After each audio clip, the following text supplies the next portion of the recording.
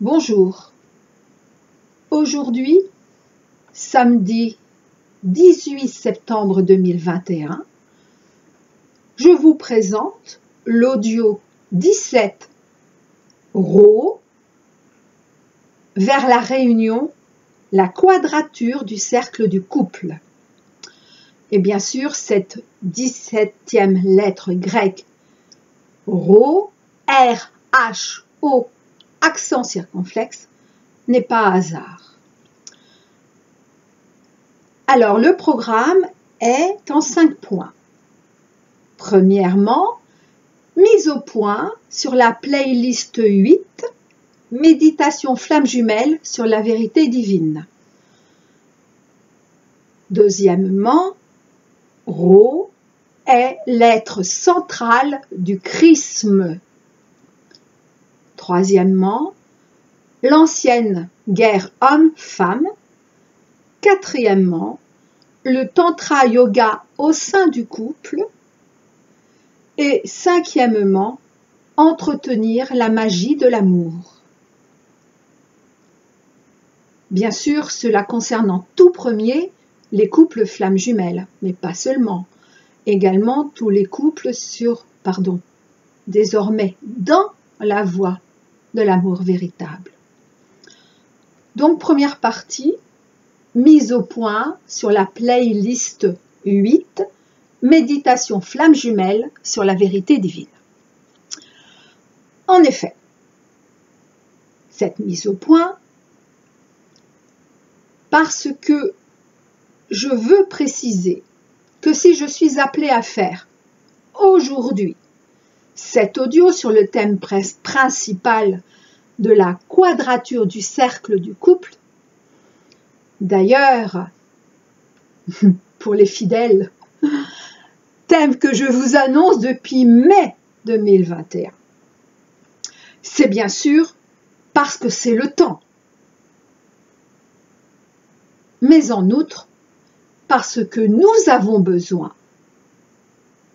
vous comme moi comme vous, de faire une pause concernant les audios de méditation.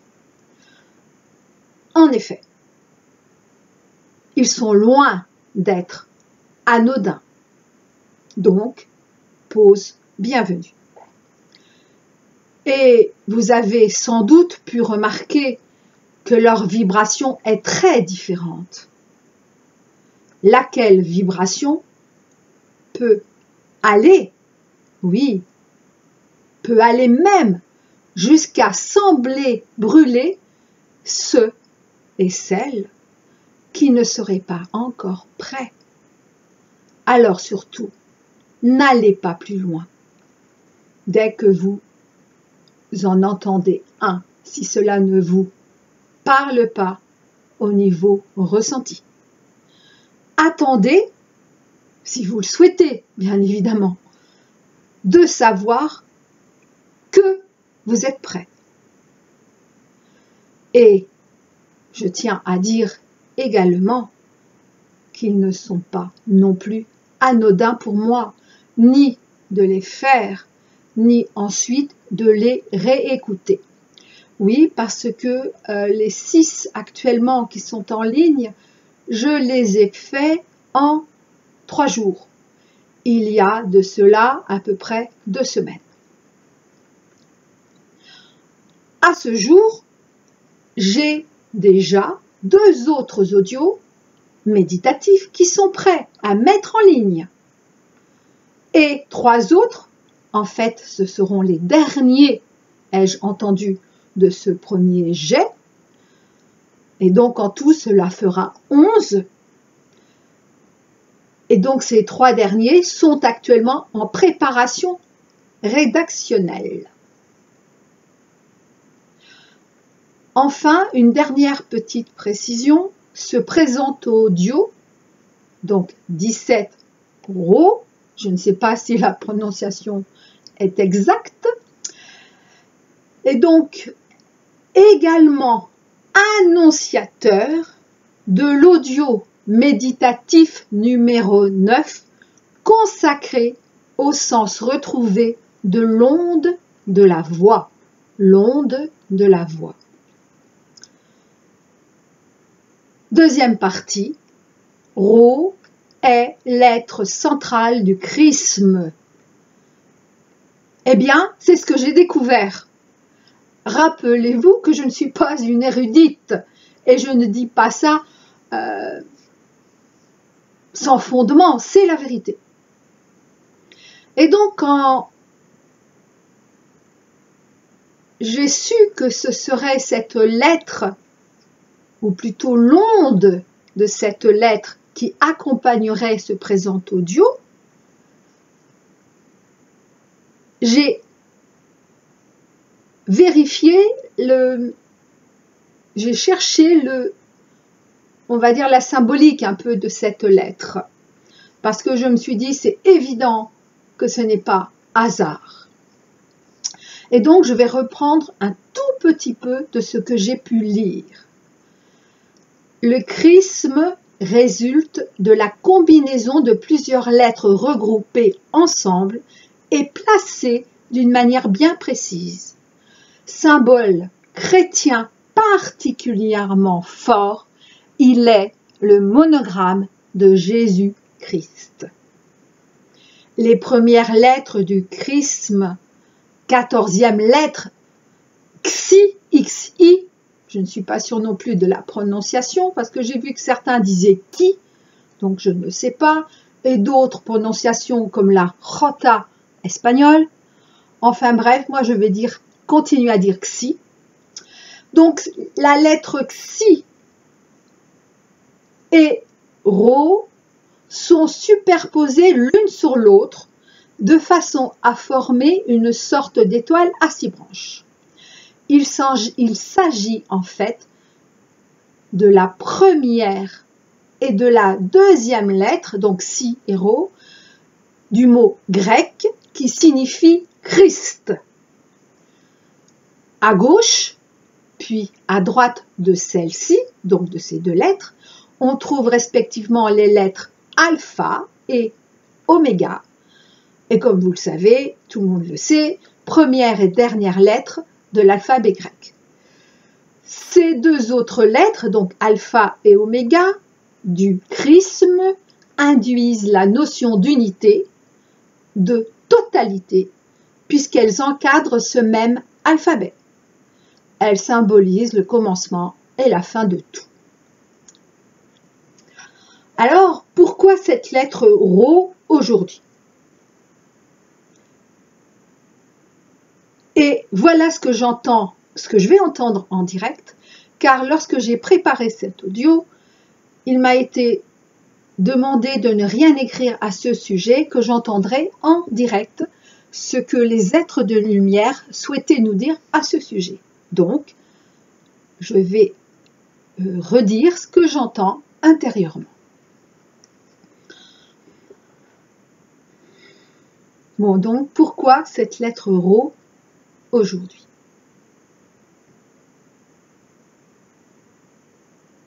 Alors, ils nous disent que parce qu'elle est, par excellence, le centre de la croix. Alors évidemment, là c'est moi qui le dis, la croix divine et non la croix humaine de souffrance. Hein. Le centre de la croix, croix majuscule. Oui, c'est moi qui mets la majuscule, hein. Eux ils n'ont pas précisé, car pour eux il n'y a qu'une seule croix, disent-ils. Merci. Rho est le centre de la croix de vie. Et sur terre, qui, non, quoi ou qui est au centre de la croix, si ce n'est le fruit de l'arbre de vie. Donc le cœur sacré. Ils me disent, continue à écouter.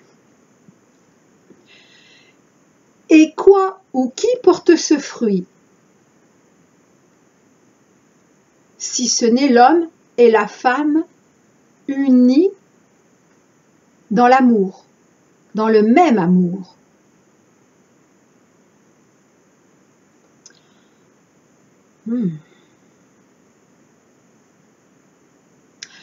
Il précise, rectifie, je ne sais pas comment le dire.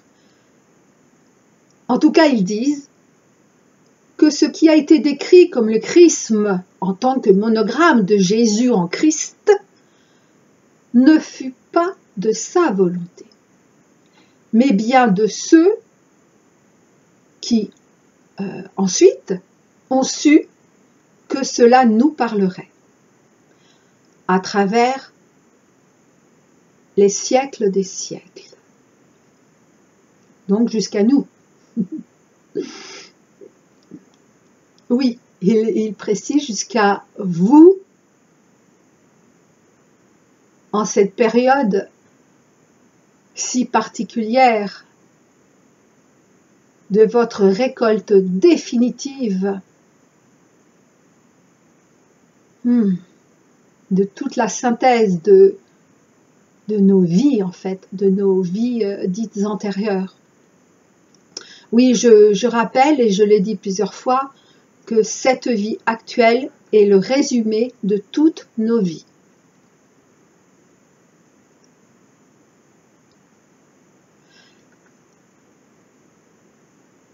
Ils nous disent que cette lettre grecque rho est au plus près de notre compréhension duelle, au sein de la dualité, donc, en 3D, ce qui symbolise le mieux pour nous le cœur sacré, mais le cœur sacré porté par Jésus-Christ au sein du recommencement infini. Oui, recommencement infini, symbolisé par les lettres alpha et oméga. Alors du coup, je dis, mais la lettre xi, elle est aussi au centre. Alors ils répondent oui, mais comme soutien. Alors que, étonnamment, la lettre rho est plus grande que la lettre xi. Et pourtant, c'est bien la lettre xi qui est soutien.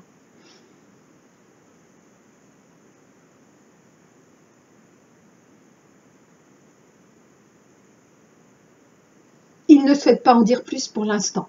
Peut-être nous y reviendrons, enfin, y reviendront-ils? Je ne sais pas. Nous pouvons donc nous rapporter à l'audio hors série 4 du 23 mai 2021, intitulé Vers la réunion, accepter le rayonnement de l'arbre de vie et particulièrement les parties 3. L'arbre de vie est aussi arbre de vie du couple et cinquième partie, l'arbre de vie est aussi quadrature christique. Oui, ça me semble important que vous le réécoutiez ou que vous l'écoutiez. Maintenant, ça ne changera rien pour moi que vous l'écoutiez ou non. Hein.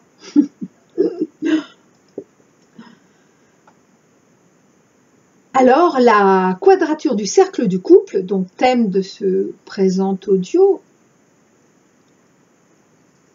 est la structure originelle de chaque couple incarné sur Terra, que très peu de couples ont accepté cette structure originelle, pour tant de raisons, et notamment la fameuse guerre homme-femme.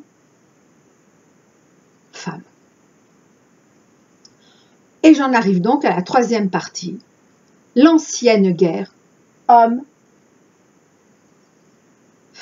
Alors, excusez-moi, il faut que j'ouvre un petit chat ami de mes chats qui a un petit peu faim. Tiens, vas-y. Tiens, vas-y.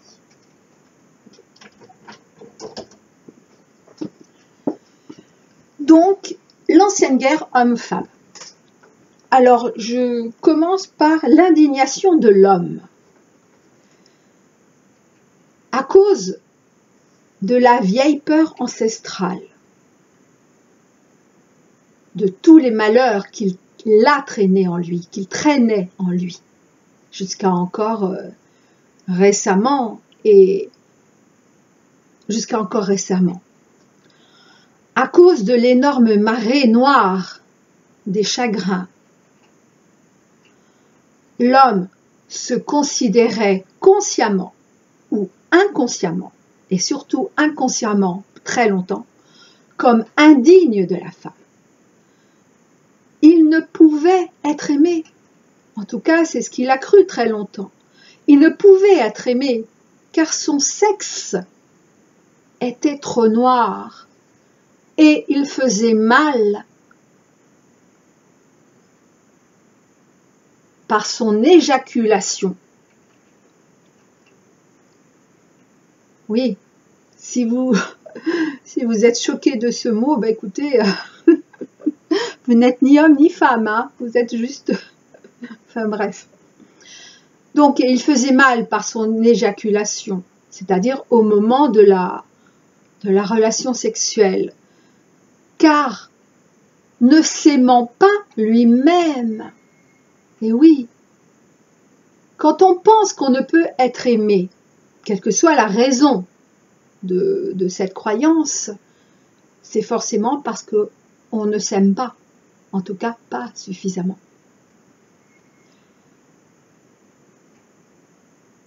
Et donc l'homme ne donnait rien de bon.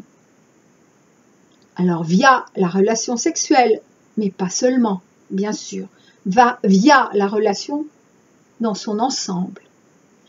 Et il avait en lui comme un besoin de détruire, et même irrépressible de détruire parfois, car il était désespéré et tapait alors sur tout ce qui bouge. Alors c'est cela aussi la guerre homme-femme, oui, mais c'est aussi l'origine de toutes les guerres entre toutes les nations, toutes les guerres de territoire, quelles qu'elles soient, et quels que soient ces territoires physiques ou métaphoriques. Et donc l'homme ne réussissait pas, ne parvenait pas, c'est plus facile à dire, à sortir de sa dualité, ni à accepter la lumière de la femme, oui, ni à accepter la lumière de la femme qui, il est vrai, sollicitait tout son noir. Alors pourquoi? Parce que la femme ainsi souhaitait, pensait et avait raison, l'aider à en prendre conscience pour qu'il puisse s'en libérer. Mais cela, il commence, ou il a commencé plutôt, seulement à le comprendre véritablement. Il ne savait pas, ou il ne savait plus comment satisfaire la femme, et en tout premier sexuellement, au sens d'énergie sexuelle, tantra, on l'appelle ainsi, à tort ou à raison, mais qu'importe, je ne vais pas entrer dans les détails. On va dire tantra.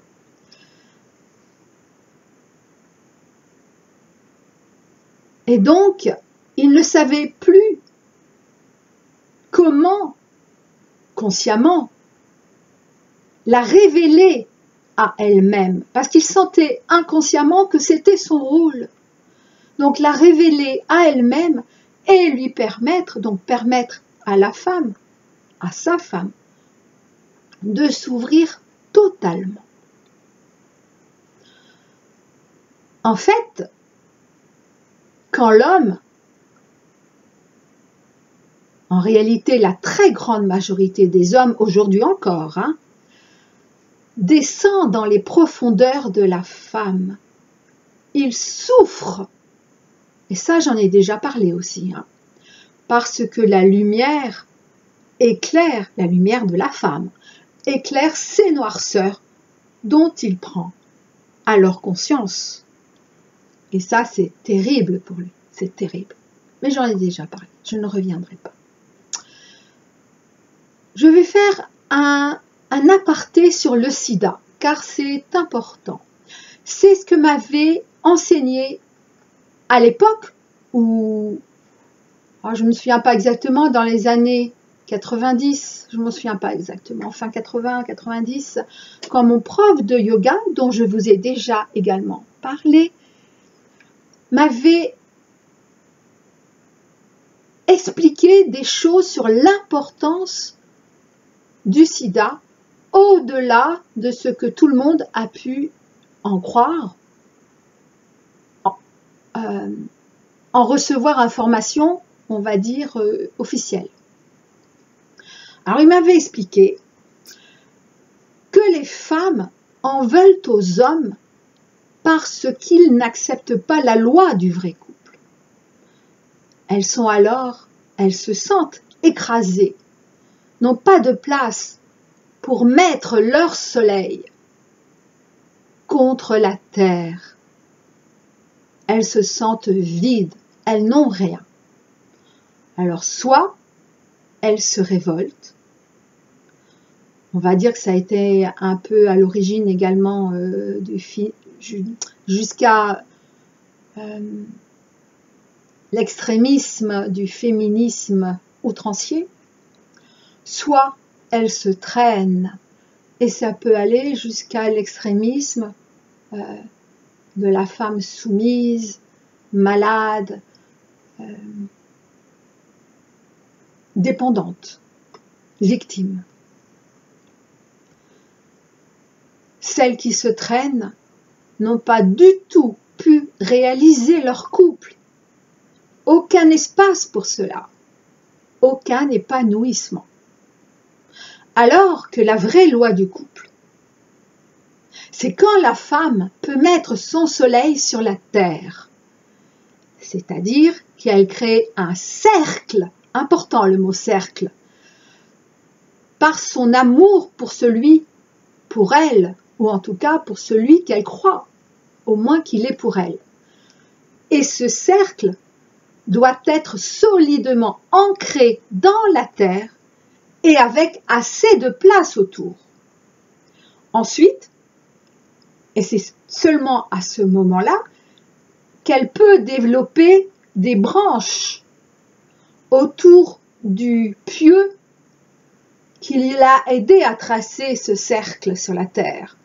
C'est alors un feu d'artifice agréable, le mâle, et il avait bien dit ce mot, le mâle, se met dedans. Il en est l'hôte, donc l'hôte du couple. Et il m'avait dit, je me souviens, la femme est le couple, l'homme est l'habitant du couple. Donc à ce moment-là, il accepte d'en être l'hôte, car il a son travail à faire lui aussi, à l'intérieur, donc à l'intérieur du cercle, donc à l'intérieur du couple. C'est avec lui et pour lui, ce cercle, ce couple, c'est pour lui aussi, c'est avec lui. Mais ce n'est pas lui, l'organisateur, et c'est cela qu'il ne veut pas accepter. La femme, aujourd'hui, en fait, la très grande majorité des femmes, je ne parle pas des femmes, j'allais dire éveillées, mais en même temps, c'est pas parce qu'une femme est éveillée, et non, il y a même des femmes éveillées qui ne peuvent dresser leur système, ce système-là, spécifique à la femme, car il y a plein de rocs, de pierres, de rochers qui l'écrasent. Ces rocs sont toutes les choses qu'on ne permet pas de naître du fait que tout est ordonné sur une hiérarchie fausse, sur une hiérarchie inversée, foudroyante. C'est ainsi que la grande majorité des humains, hommes et femmes, ne peut exprimer son être dans sa spontanéité. L'homme qui n'applique pas la loi du vrai couple, c'est parce qu'il est en révolte contre le divin. Il n'accepte pas la création, c'est-à-dire homme-femme, et veut retourner à Dieu, être dans son Créateur. Le reste ne compte pas pour lui. Il veut se croire, il se croit le seul Dieu sur terre. Alors certes, la guéguerre avec les autres hommes qui, eux, se croient aussi les seuls dieux, mais déjà en tout premier vis-à-vis des femmes. Il se croit Dieu et la femme, non. Non, la femme n'est pas Dieu. Et pourtant, la femme et la vie sont le mystère à découvrir par l'homme. Et lui, au lieu de s'exciter, dans tous les sens du terme, de chercher à casser, s'il cherchait le vrai mystère, il le trouverait. Et je rappelle que c'est un homme qui m'a enseigné cela. Certes, un prof de yoga, oui, mais tout de même. Alors que l'homme croit trouver ce mystère en cassant, rappelez-vous, comme si on pouvait trouver l'intelligence en ouvrant le cerveau, ou trouver l'amour en ouvrant le cœur. Et là, je parle physiquement, hein. Chirurgicalement.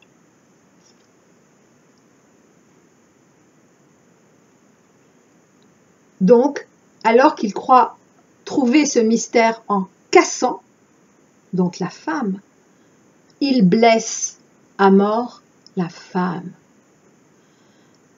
Elle va avoir ensuite des enfants qui vont s'agripper à elle comme des sangsues. Et l'homme croit qu'en ayant tout cassé, il a tout résolu et que tout marche.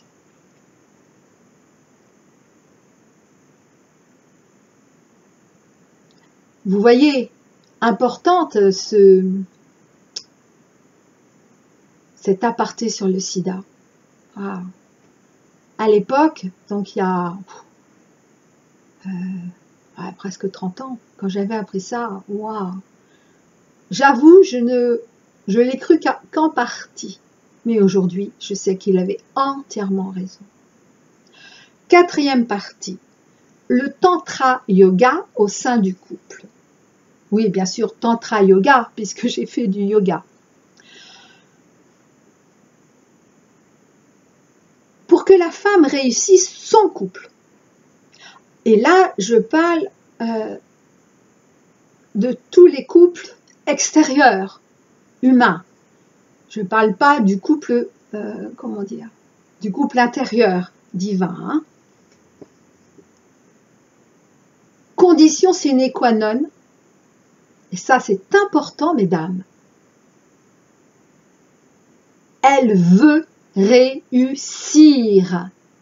Sa volonté est plus forte et atténue la révolte de l'homme qui reste alors dans l'enceinte du couple.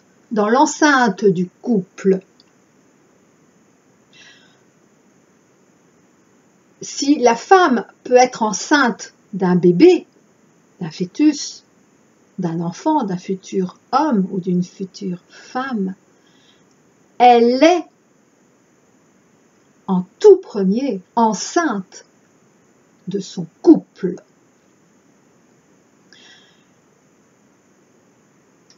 Et lui, l'homme, doit vivre son couple, ce couple, comme une source même s'il ne le vit pas comme quelque chose qu'il nourrit lui-même. Il est et il se doit d'être constamment tourné vers cette source et vers aucune autre. La femme, et c'est ça le plus difficile pour la femme, et j'en ai déjà parlé également, mais vous le savez évidemment, la femme qui est ouverte directement à l'initiation, directement, est plus douée en amour, naturellement. Et pourtant, elle se doit, elle lui doit, elle leur doit de pardonner à l'homme pour réaliser ses deux missions sur Terre. La première, être l'inspiratrice de l'homme, l'initiatrice, le Graal. C'est le passage obligé pour lui en vue de sa transmutation. Force et tendresse doivent s'associer pour que l'amour divin se réalise et que la création se perpétue. Et c'est ça qu'a refusé longtemps et que refusent encore beaucoup d'hommes qui pensent être les seuls,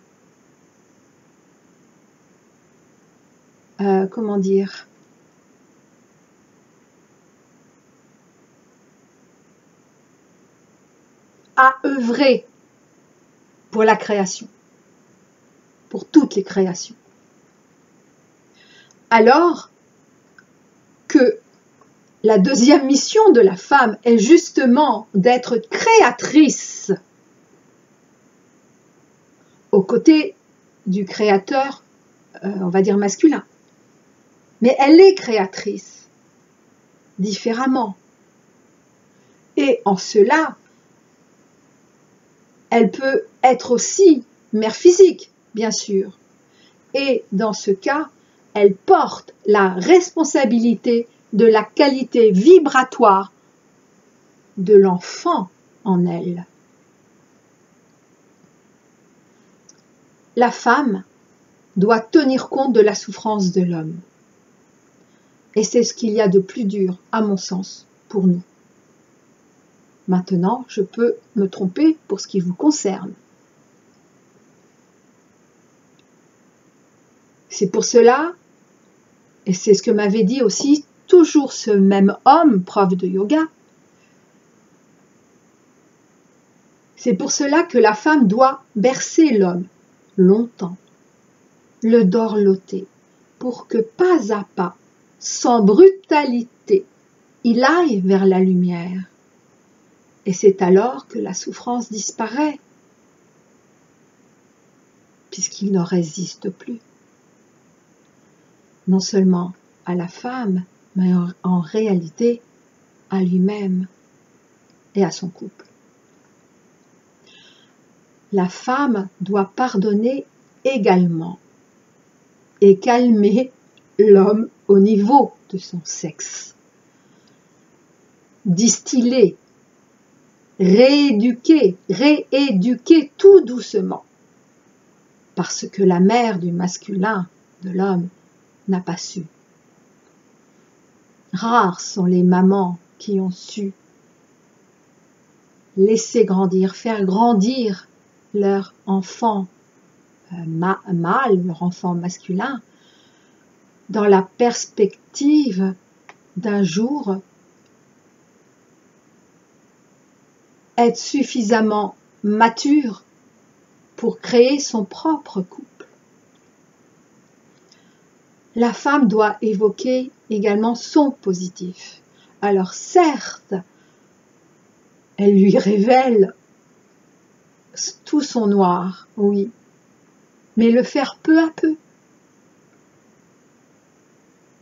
Et évoquer son positif.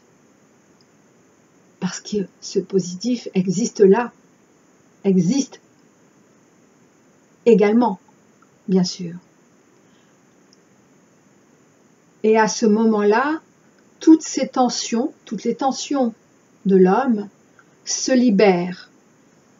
Et se libèrent, m'avait expliqué toujours mon prof, du bas de la colonne vertébrale vers le haut de la tête.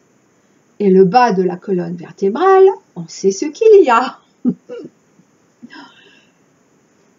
Je vais un peu parler du Tantra Yoga tel que lui, toujours ce prof de yoga me l'a, on va dire, synthétisé. Les deux partenaires font tous les jours ensemble un exercice pour que leur union soit de plus en plus extraordinaire, plus fabuleuse. C'est dans ce cadre que la femme fait naître l'homme. Oui, alors on se fera les jours ensemble, tous les jours ensemble un exercice. C'est important, ce ensemble. Alors certes, via le Tantra Yoga par exemple, mais le Tantra Yoga n'est que à la fois la préfiguration et le symbolisme d'un des 4 aspects de la quadrature du cercle du couple, c'est-à-dire faire des choses ensemble. Voilà. C'est donc dans ce cadre, faire des choses ensemble pour le mieux de chacun et du couple. C'est dans ce cadre que la femme fait naître l'homme, alors qu'elle-même n'est pas complètement née à la conscience parfaite. Elle en est plus proche, car elle est plus proche de la vie, elle est plus en symbiose avec la vie. Et si la femme se respecte, puis est respectée, elle est plus forte que l'homme. Elle en prend alors conscience. Et c'est par cette force douceur, qu'elle va ensuite exprimer et résoudre le problème du couple, bien sûr, avec lui. Parce que les forces féminines et masculines vont d'abord se rejoindre subtilement, la fameuse 5e dimension, longtemps avant de se rejoindre complètement. Les forces féminines et masculines vont d'abord se rejoindre subtilement et doivent d'abord se rejoindre subtilement, d'où l'importance de cette séparation au sein de chaque couple du collectif Flammes Jumelles. Se rejoindre subtilement avant de se rejoindre complètement. Les défauts de la femme, car bien sûr nous en avons, ne sont pas très importants en soi, car elle possède la beauté intérieure et l'intuition. Et si l'homme joue son rôle d'éclairage, s'il met sa force, ou quand il met sa force et sa protection au service de la femme, les petits défauts de cette dernière disparaîtront, puisqu'ils existent, et moi je rajoute toujours en réaction à la non-acceptation par l'homme de son rôle et de sa place, ou au sein du couple. Materner n'est pas couver, te rejoindre sans t'envahir. En l'autre, je vois le miroir de ma propre divinité, mais également la capacité d'atteindre ce divin. L'homme est porteur de lumière. La femme est l'expression organisée de cette lumière. Et j'en arrive à ma 5e et dernière partie, entretenir la magie de l'amour.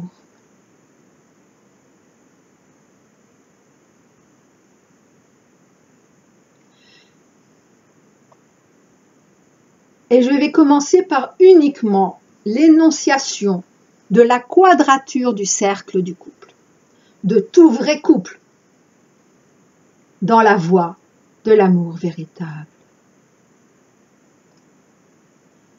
Uniquement énonciation, car c'est à chaque couple de savoir comment et quand.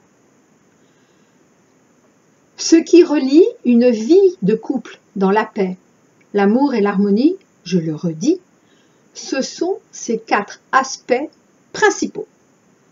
L'amitié, la sexualité, la spiritualité, l'action commune. Et là, on pourrait dire, pour ce qui nous concerne, notre mission divine en tant que couple, mais pas seulement. L'action commune également en tant que couple humain, incarné. Aucun de ces aspects ne peut exister sans les 3 autres. Sinon, il n'y a pas de couple véritable. Alors, comment j'ai découvert cela, ces 4 aspects?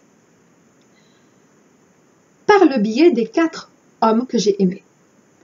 Alors, le premier, ça a été une entente sexuelle quasi parfaite, qu'aujourd'hui je n'ai jamais retrouvée.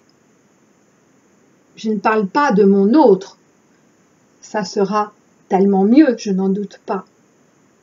Mais c'est vrai que je ne l'ai jamais retrouvé. Ce fut donc mon premier amoureux.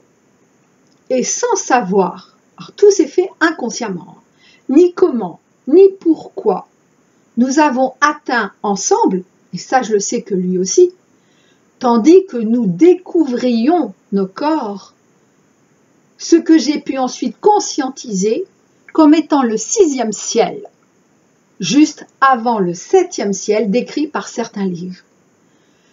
Le 7e ciel sera bien sûr avec mon autre.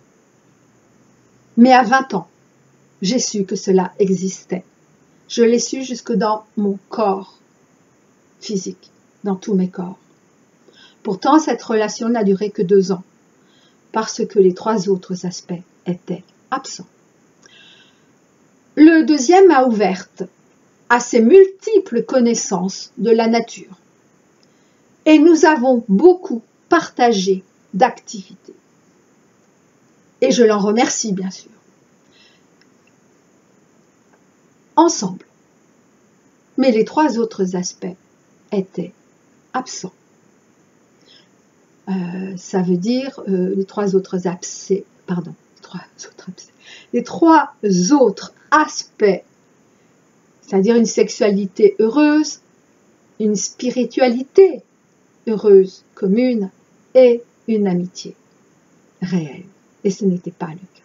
Nous étions des camarades, mais nous n'étions pas des amis.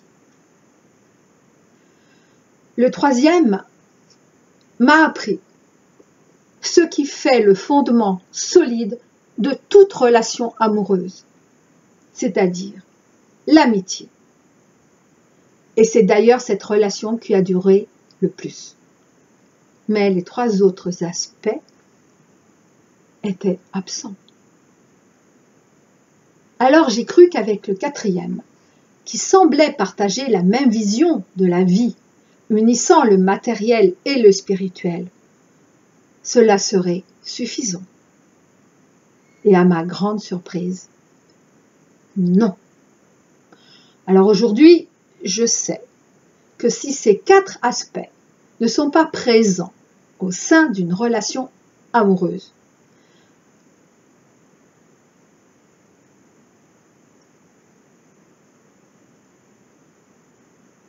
cette relation amoureuse ne peut se réaliser complètement et harmonieusement au sein du couple véritable, dont nous sommes en tant que couple du collectif Flamme Jumelle, en tant que couple véritable, dont nous faisons partie en tant que collectif Flamme Jumelle, comme tous ceux dans la voie de l'amour véritable. Alors, au fur et à mesure de ces 4 rencontres, je me suis souvent posé la question de savoir ce qui était le plus important pour moi en tant que couple. Qu'est-ce qui serait le plus important pour moi dans mon couple? Alors longtemps j'ai cru que c'était la spiritualité, parce que déjà cela faisait plusieurs années que j'en étais complètement consciente. J'ai cru que c'était la vision commune de la vie sur la terre comme au ciel. Puis, peu à peu, je me suis dit que si je ne rencontrais pas ces 4 aspects, alors je parle avant ma rencontre avec mon autre, si je ne rencontrais pas ces 4 aspects au sein d'un même couple, donc de mon couple, au moins l'amitié.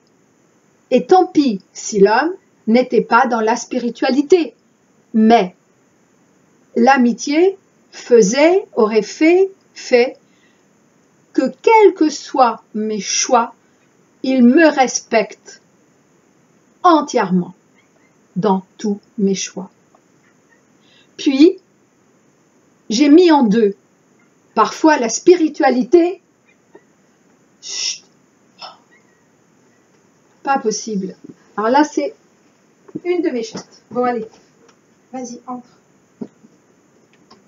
Et non, je ne t'accompagne pas. Tu vas manger toute seule. Donc, je disais que j'ai mis en deuxième position, alors, parfois la spiritualité, parfois la sexualité. Et ce, jusqu'à comprendre qu'en fait, l'une ne peut aller sans l'autre. Donc, aujourd'hui, je les mets toutes les deux en deuxième position. Enfin, du coup, qui devient la 4e position, faire des choses ensemble. Alors, pas toutes, évidemment. Chacun son jardin secret, chacun ses propres activités, on va dire personnelles. Mais faire des choses ensemble. Sinon, à quoi sert d'être deux? Et aujourd'hui, voilà ce que je pense. C'est que la quadrature du cercle du couple, en ces 4 aspects, peu importe leur position, si ce n'est que notre autre est et sera toujours notre meilleur ami. Alors peut-être que pour vous, l'amitié ne viendra pas tout de suite en premier, ou pas, qu'importe. Chaque couple crée sa vérité propre, et cela est juste, oui, cela est juste, au sein de toute la gamme de l'arc-en-ciel du couple. L'arche d'alliance, si vous préférez. Une seule vérité, une seule quadrature du cercle du couple, oui, du cercle créé. Rappelez-vous ce que j'ai dit plus avant. Une seule quadrature du cercle du couple. Le fameux cercle créé par la femme accueillant l'homme en son sein. En son sein féminin, comme en son sein, au sein de son cercle, au sein du cercle. Une seule vérité, une seule quadrature du cercle du couple, avec de multiples voix, V-O-I-X, et voix, V-O-I-E-S, de cette vérité.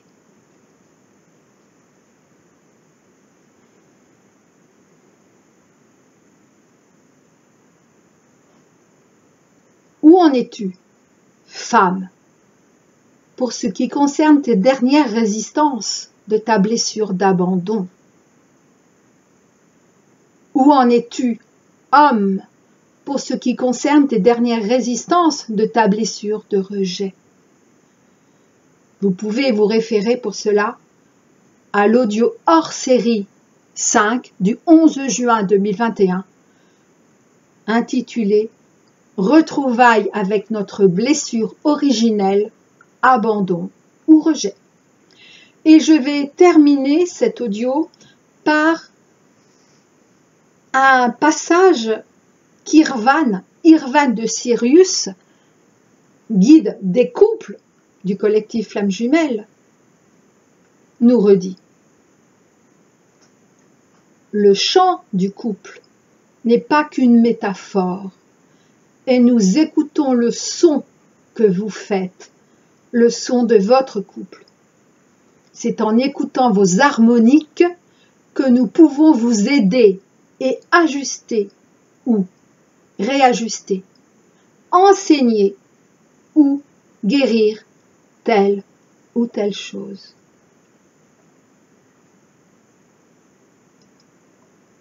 À très bientôt.